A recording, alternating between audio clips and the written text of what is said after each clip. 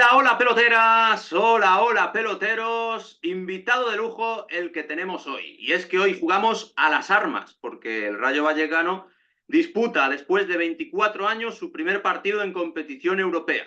Lo hace contra un equipo de nombre impronunciable, contra el Neman Grodno. La anterior vez que el Rayo Vallecano participó en Europa fue por juego limpio. Cayó en cuartos contra el Deportivo Alavés, que perdería la final contra el Liverpool. El Zamora de esa liga fue Herrera, del propio Glorioso. El campeón de liga fue el Depor y el Rayo consiguió, curiosamente, los mismos 52 puntos que lo han llevado a la competición europea en esta 2024-2025, a la Conference League, a la Europa profunda. Y para hablarnos de las profundidades del Rayo Vallecano, tenemos, para mí, al mejor que podemos tener, que es a Carlos Sánchez Blas, periodista de raza de la radio madrileña y que desde luego es gran conocedor de la idiosincrasia vallecana. Carlos, muchísimas gracias, espero que te sientas cómodo, gracias por aceptar la invitación. ¿Qué tal estás? Muy buenas. No, hombre, después de esta presentación ya estaba cómodo, ahora estoy directamente tumbado aquí en el sofá, tranquilamente, me falta un refresco de cola y preparado para hablar contigo. ¿Qué tal? ¿Cómo estás tú? Yo fenomenal, encantadísimo de la vida. La verdad es que cuando tiré el anzuelo pensé que podría pescar porque tengo un gran concepto de ti. Te escuché por primera vez en Onda Madrid en el Hospital La Paz. Es una curiosa historia, bastante random. Pero bueno, yo, si la presentación ha quedado más o menos bien, te invito a que no la idealices porque de aquí en adelante irá todo a peor. No, estoy seguro que no. Además, yo, fíjate, con la gente que mantiene un idilio con la radio, siempre tengo buena relación. Y en tu caso, por motivos obvios, creo que la radio forma parte de tu vida y la radio dibuja en tu mente, ¿no? Y en tu corazón, pues una serie de fotografías y una serie de ilusiones que creo que los que tenemos la capacidad de ver nunca vamos a sentirlas como las sientes tú. Bueno, no lo sé. Yo creo que la radio le pone color a la vida, pero también hay gente que lo hacéis muchísimo mejor que yo y que veis y no hace falta dejar de ver para sentir la radio y para ver que es tu motor principal y un medio de comunicación que es el más apasionante de todos, en mi opinión, también como tú dices, por razones obvias. Bueno, Carlos, pues te he traído aquí con la excusa de hablar del Rayo, te has dejado raptar y a ello vamos, a hablar del Rayito que podemos empezar por muchos sitios, pero mira, te voy a preguntar, ya que estamos hablando a título personal, ¿cómo empezó tu vinculación con el Rayo Vallecano? Que a lo mejor hay gente que no lo sabe y yo tampoco.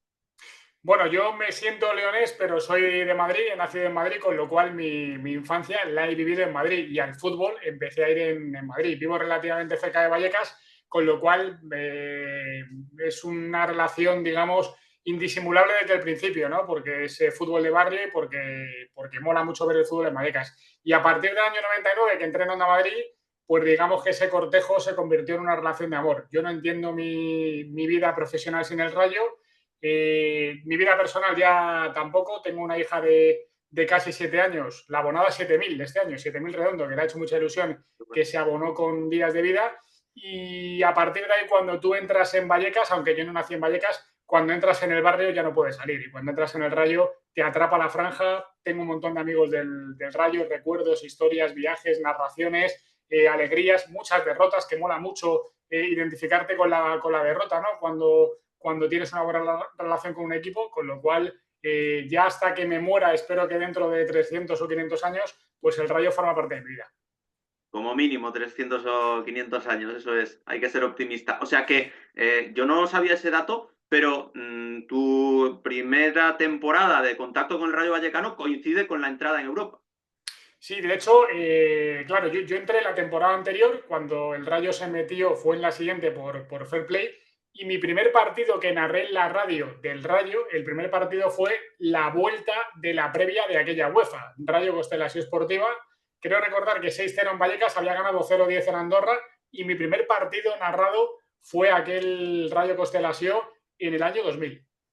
A Constelación, vaya mítico equipo. Yo había leído ya que había sido contra el equipo andorrano la previa, porque me interesa mucho el fútbol y consulto y leí una entrevista muy amplia a Cota el año pasado en Jotdown y demás. Sí. Pero he vuelto a sonreír al recordarlo. O sea, y además 0-10 en Andorra, sí. Y el primer gol supongo que sabrás quién lo mete, el primer gol europeo de la historia del Rayo.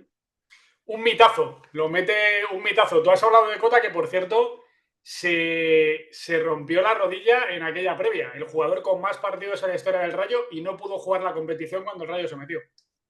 Que él estaba muy enfadado porque el primer partido todavía estaba disponible y no lo pusieron de titular. Sí, hombre, tenía carácter, ¿no? Ya era la etapa final de Cota, era titular en el lateral derecho, pero aquel partido no lo pudo jugar con Juan de Ramos. Bueno, pues el primer gol, ya que no lo has querido decir tú, lo comento yo, lo mete Mitchell, el actual entrenador del Girona, que curiosamente juega el partido anterior al reestreno europeo del Rayo contra el Rayo, en el debut de Liga, que fue magnífico, un 1-3 del equipo de Íñigo Pérez. O sea que, ¿qué supone para el Rayo volver a Europa 24 años después? Al final es mucho tiempo, ha cambiado mucho, lo decíamos antes. Incluso Salva Ballesta en aquellas temporadas era Pichichi, o sea, una serie de cambios que hoy ni te imaginas. ¿Qué supone para un equipo? Porque es un pequeño milagro, ¿no? Que el Rayo Vallecano haya vuelto a Europa. Sí, yo creo que sí. Al final, a ver, es un milagro en el contexto de cómo está el club social, estructural, globalmente. Creo que no es un equipo desarrollado, que tiene una propiedad muy particular, pero que la parcela deportiva, sobre todo porque el grupo es bestial de jugadores y de entrenador, no solamente en la parcela táctica, sino como grupo humano, como grupo de trabajo, y también porque la propiedad en lo deportivo ha hecho cosas bien. Por ejemplo, Presa ha conseguido algo que era inédito en el Rayo, ¿no? Que jugadores como Isi Palazón, Álvaro García, Jorge de Frutos se queden durante varios años. Eso en el Rayo hace un lustro, un poquito más, era imposible, era impensable porque los jugadores duraban un año, ¿no? Y ahora Presa es duro para negociar, los jugadores no se van, tienen buenos contratos, el club está saneado y sí, creo que es un milagro, bueno, 24 años de milagro. Sinceramente la gente está en una nube. Fíjate, te hilo con lo de Mitchell. Mitchell ha dicho que va a ver todos los partidos del Rayo como aficionado en Europa, que los va a ver como hincha. Y Mitchell en aquella UEFA fue muy importante. Metió un golazo de falta contra el Girondins de Burdeos, más allá de estrenarse en el casillero contra el Constelació. Y el rayismo está muy emocionado, aunque con la puñeta de que ha tenido la mala suerte que justo le ha tocado el rival que juega a puerta cerrada y la gente no se puede desplazar. Sí, eso es una lástima, que juega a puerta cerrada y que por tanto no puede haber desplazamiento masivo, porque hay que recordarle a la gente que el primer partido es contra el Neman Grodno, pero es en Hungría por la situación de Bielorrusia, que geopolíticamente está relacionado con Rusia y por ese tema de la guerra pues no juega en su país. Bueno, aquella UEFA yo he estado documentándome grosso modo y he comprobado que en la plantilla del Rayo, sí, Mitchell me constaba, Bolo Bolic, era un dúo que era uno solo y que metieron 8 goles en Liga cada uno. Luego no me acordaba de que estaba Sergio Ballesteros, que recuerdo un oyente de radio que decía que el triángulo de las Bermudas era un cuadrado hasta que Ballesteros le fastidió una esquina de una patada. Mítico mensaje. y todos Era los un tipo porteros duro. También te digo que Ballesteros en aquel tiempo para mí tenía nivel de selección española. En los años del Rayo hizo unas temporadas absolutamente jerárquicas. era muy bueno, era muy bueno. A mí me gustaba mucho, fuera coñas, pero claro, esa era como ahora el Getafe de Bordalás. Se le Sí. estereotipaba, se ponía el prejuicio y se dejaba de destacar lo bueno que hacía Ballesteros o lo bueno que hace ahora Bordalás en lo deportivo, que eso a mí me sabe bastante mal. Y luego los porteros eran Keller y Julen Y Lopetegui. Lopetegui. Me Sí, alucinaba a sí. mí que Lopetegui jugó bastante en Europa, ¿no? Sí, alternaba un poco Juan B con Keller y Lopetegui, los dos eran buenos. Bueno, tenía Posner en la media, un medio centro posicional muy bueno, Elder, Alcázar de Quintana atrás, jugadores con mucha jerarquía arriba como Mitchell, que era dominador. Un equipo de muy buenos recuerdos que hizo soñar al rayismo con estar cerca de una final. Luego a la vez jugó la final contra el Liverpool y la perdió con 4 goles de Javi Moreno, que lo cambió Mané en la segunda parte. Bueno, una UEFA realmente para la historia. El Rayo se quedó en cuartos de final, pero se fumó al Molde, al Lokomotiv, al Girondins de Burdeos. Fue, de hecho, portada del diario El Equipo. El Rayo después de meterle 4 al Girondins. Sí, sí, es que he estado revisando y yo no sabía que había superado tantas eliminatorias. Los formatos de las competiciones europeas han ido cambiando. Ahora, si hay esa suerte de pasar esa previa, jugará una fase liga que le garantiza 6 partidos.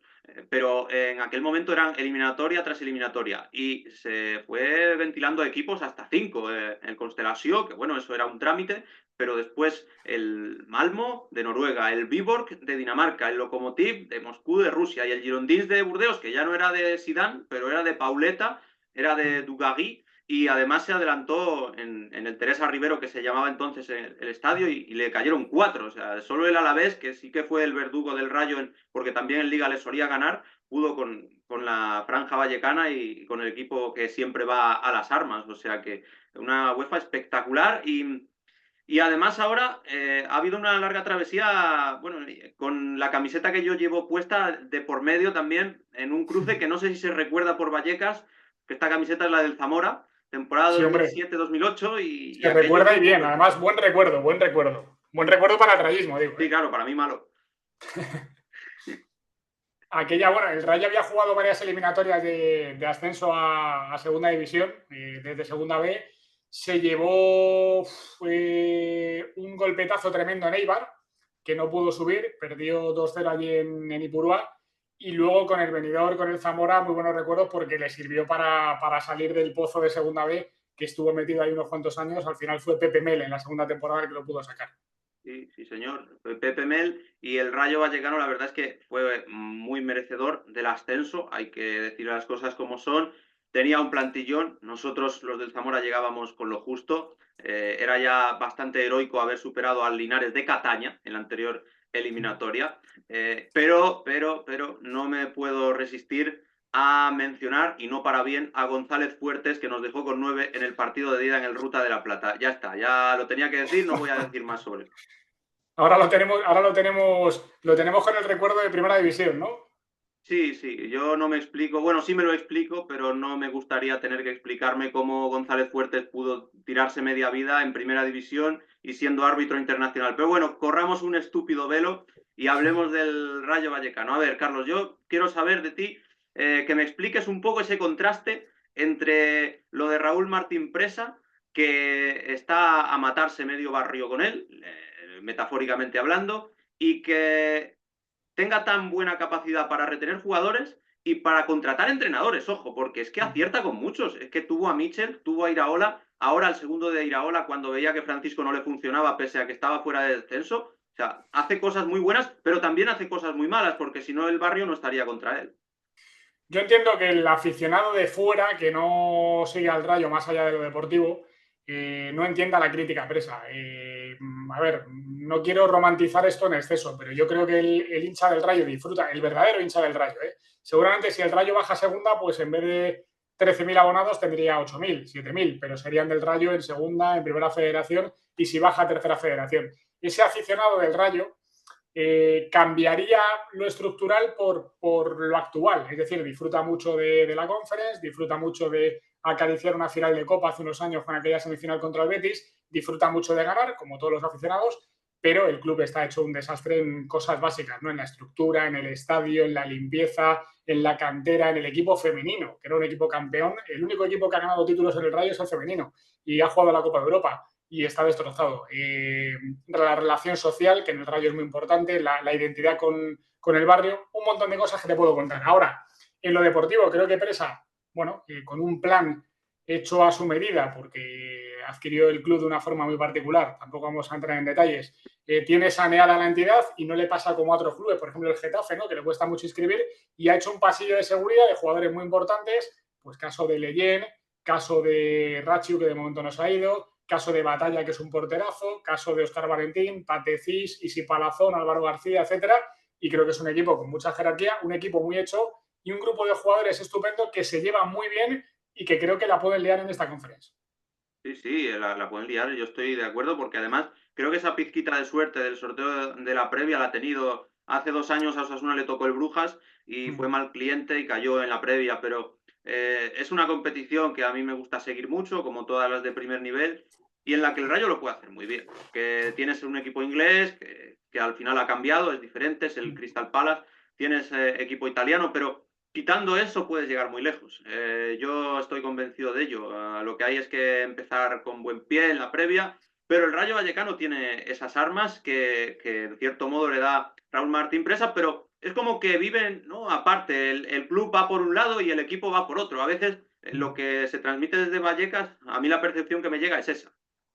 Bueno, ten en cuenta que una de las leyendas del Rayo, pues junto a Mitchell, Cota, yo creo que los tres son Mitchell, Cota, Trejo, una de las leyendas renunció a la capitanía. O sea, Trejo, que es una de las leyendas del Rayo, por importancia, por lo deportivo, ha marcado en varios ascensos y es en presente un jugador capital, pero por todo lo que mueve como capitán, Impector en el vestuario, cómo acoge a los nuevos, cómo sabe relacionar a los nuevos con Vallecas, fusionar al grupo, pues el Trejo renunció a la capitanía porque no soportaba ya la relación con la propiedad. Eso es un poco el Rayo y si pasara en otro club sería escandaloso. Pero en lo deportivo estoy de acuerdo contigo. A ver, el Rayo puede acusar la falta de experiencia. En Europa ganar fuera es muy difícil. No creo que el jueves gane fácil.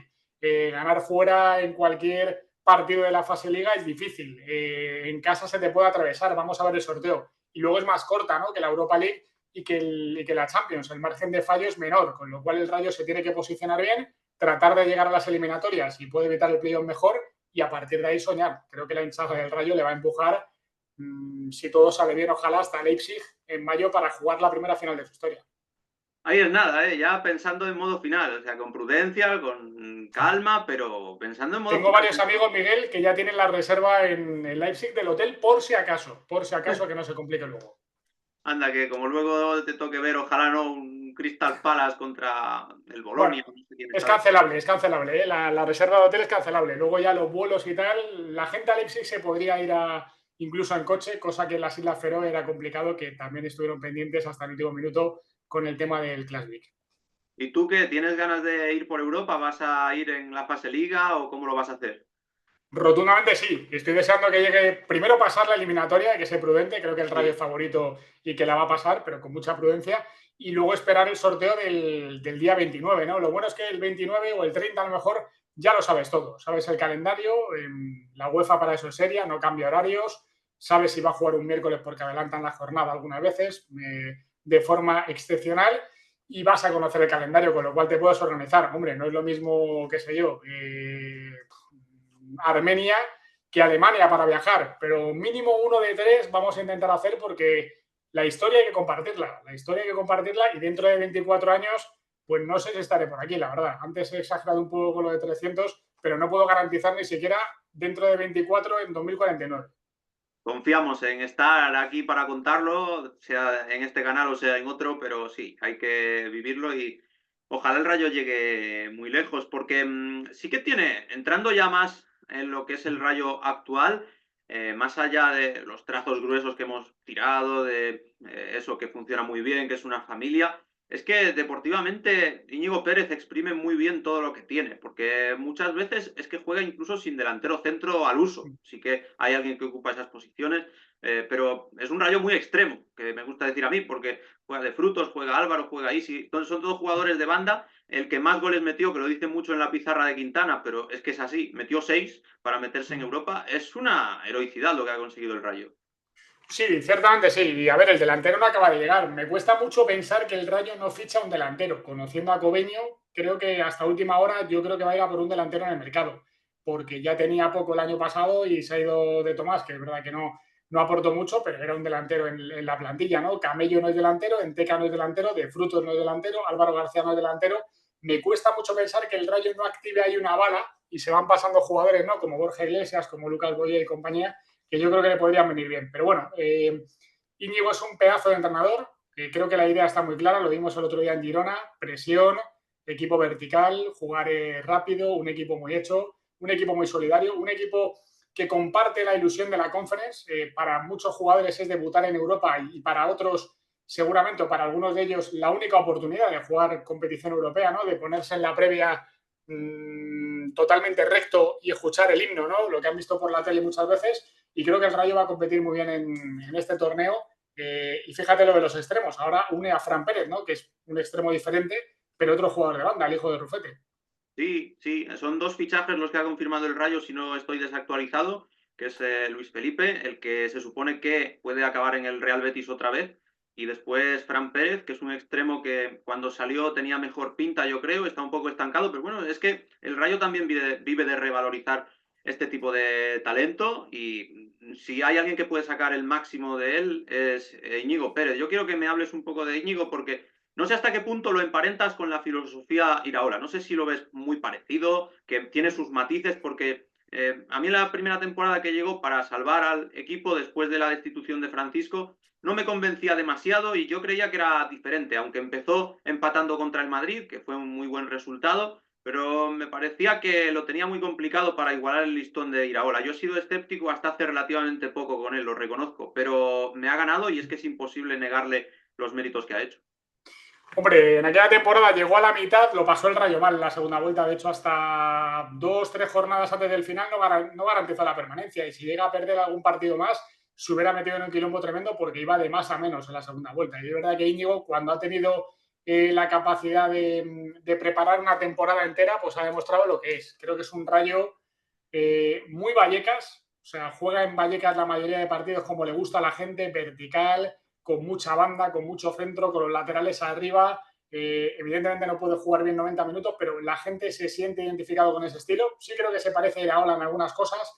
En otras te diría que Íñigo es más conservador que Iraola, ¿no? En la segunda parte, si le beneficia el marcador, yo creo que a veces echa el equipo demasiado atrás. Y bueno, como tú decías, al final ha calado con el barrio, ha renovado. En el Rayo no se renueva más de un año porque un año es una vida en el club para cualquier empleado de élite y de no élite.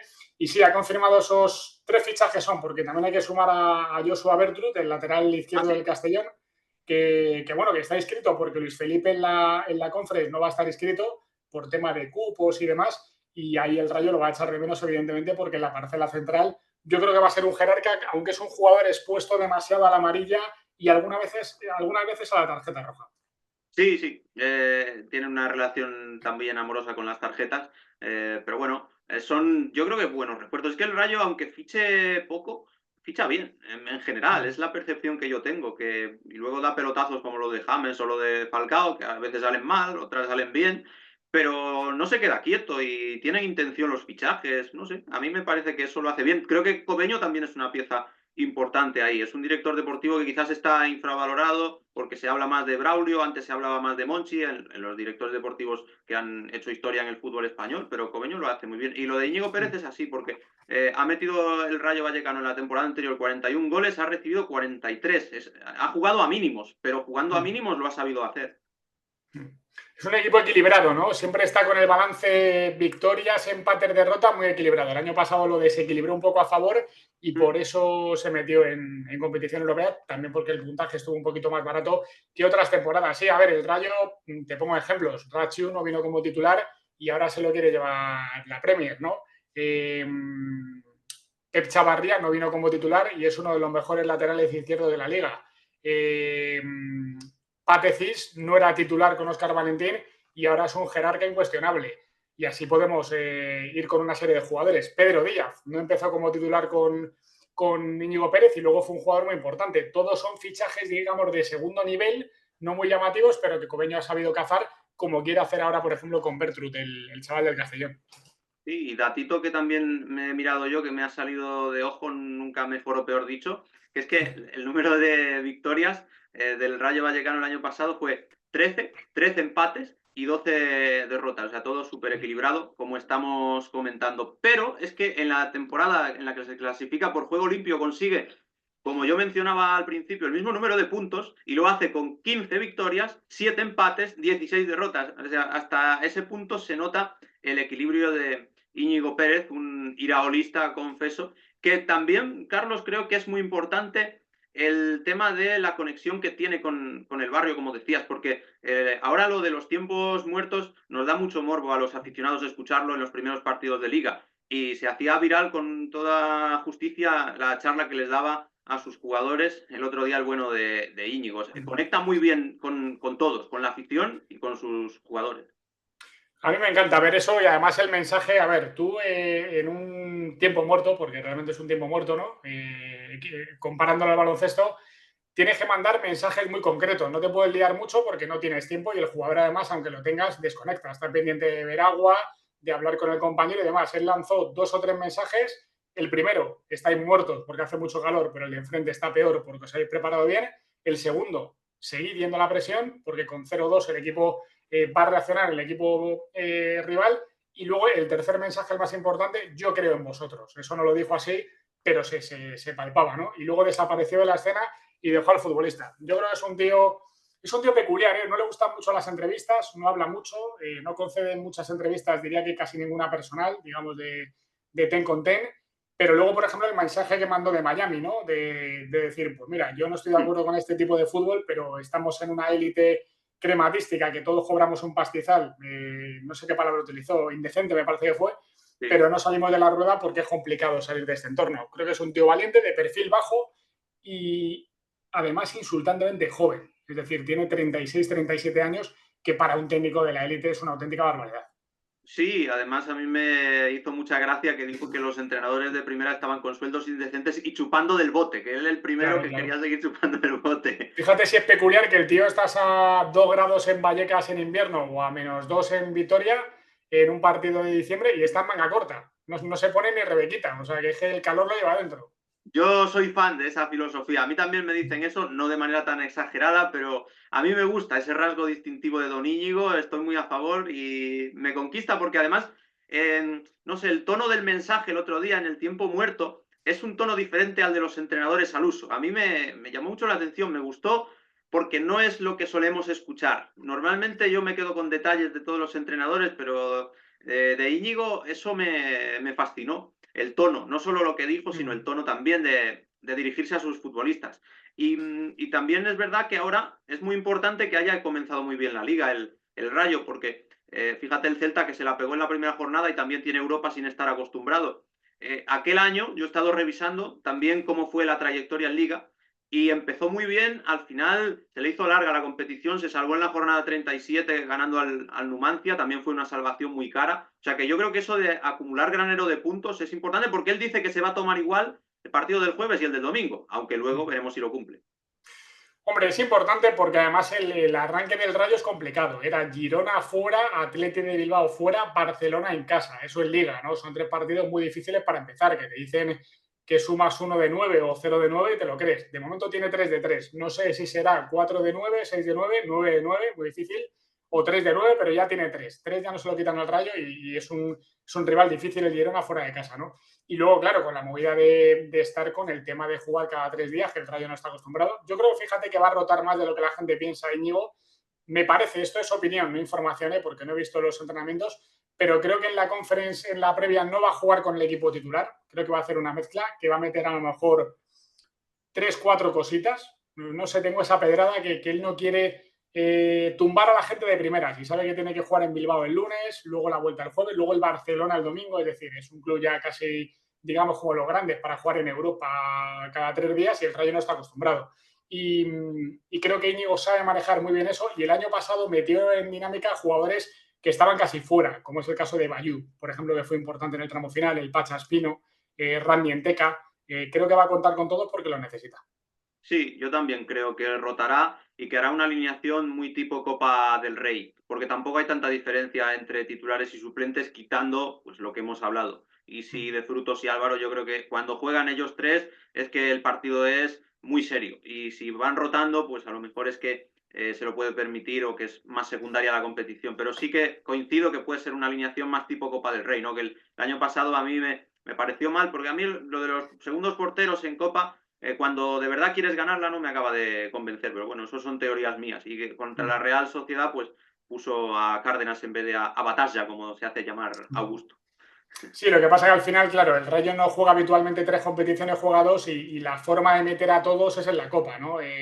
Y es verdad que aquel partido, no solo por lo de Dani Cárdenas, fue un 11 muy poco, digamos, competitivo en cuanto a la titularidad y el Rayo lo acusó. A ver, la gente tiene mucha ilusión por la Copa porque hace 3 años, 4, estuvo muy cerquita de jugar la final, que para el Rayo una final ya no es ganarla, es vivir una final con la gente, desplazamiento, generaciones juntas, ¿no? El poder vivir ese momento, que ojalá lo viva en la Conference. Pero la Copa es muy difícil. De hecho, el Rayo, el último partido que jugó como local fue en aquella Copa del Rey, precisamente, que ganó el Mallorca en cuartos. Ya no juega partidos como local porque te puede eliminar un segunda potente o si lo pasas puedes tener la mala suerte que te toque la Real, por ejemplo, como forastero y también te manda para casa, es lo normal. Pues sí, bueno, pues como estamos terminando, porque aquí los árbitros nos limitan el partido, no hay añadidos astronómicos como lo suele haber en la liga, Pues Tampoco perdemos mucho tiempo nosotros, ¿eh? no, no, nosotros, pero Batalla tampoco lo pierde, ¿eh? Yo estoy a favor soy batallista, confeso, ¿eh? Me encanta ese portero y no creo que pierda tiempo, simplemente que se toma sus descansos. Es muy bueno, pero si yo fuera el rival, me desesperaría. Es el tipo más canchero que he visto, sabe cuándo pararlo, pero bueno, más allá de eso, para mucho. Creo que tiene una jerarquía, o sea, para el Rayo, que Batalla sea su portero titular con contrato ya fichado en propiedad, me parece un auténtico lujazo. Creo que es un portero de un nivel absolutamente, el mejor portero que ha tenido el Rayo en bastantes años.